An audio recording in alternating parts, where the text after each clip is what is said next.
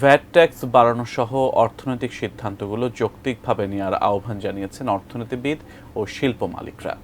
আজ ভোক্তার কাঁধে বাড়তি করের বোঝা উত্তরণে করণীয় শীর্ষক একটি গোলটেবিল বৈঠকে এ আহ্বান জানান তারা। বিস্তারিত সাইমুম জান্নাতের রিপোর্টে।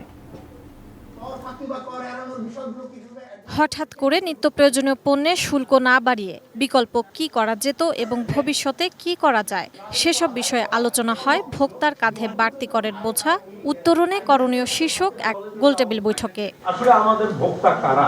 অ্যান্টিব্যাকটেরিয়াল অ্যাডিটিভ যুক্ত সেরা ওয়াটার ট্যাঙ্ক বিশুদ্ধ পানিতে ব্যাকটেরিয়া জন্মাতে দেয় না।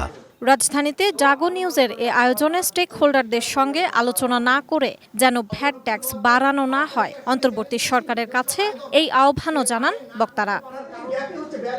এছাড়া কেবল শুল্ক বা রাজস্ব বাড়ানোই সরকারের আয় বাড়ানোর একমাত্র উপায় নয়, বরং ব্যয় সংকোচনের মাধ্যমেও আয় বাড়ানো যায় বলে মনে করেন তারা। পুরো অ্যাপ্রোচটাই অত্যন্ত একটা ভুল অ্যাপ্রোচ ছিল। কেন ভুল বলছি? সেখানে কয়েকটা কারণ। প্রথম হলো টাইমিংটা, it could not have been more wrong, এর চেয়ে গলত সময় এটা হতে পারতো না। এছাড়া মূল্যস্ফীতির কারণগুলোকে চিহ্নিত করা না গেলে তা নিয়ন্ত্রণ সম্ভব নয় বলে মন্তব্য করেন সেন্টার ফর পলিসি ডায়ালগ সিপিডির গবেষণা পরিচালক ডক্টর খন্দকার গোলাম মোয়াজ্জেম। বাজারের সমস্যা বা মূল্যস্ফীতি জনিত সমস্যাটা বহুমাত্রিক। এটা শুধুমাত্র শুল্ক দিয়ে হবে না, আবার এটা মাত্র শুধুমাত্র সাপ্লাই দিয়ে হবে না।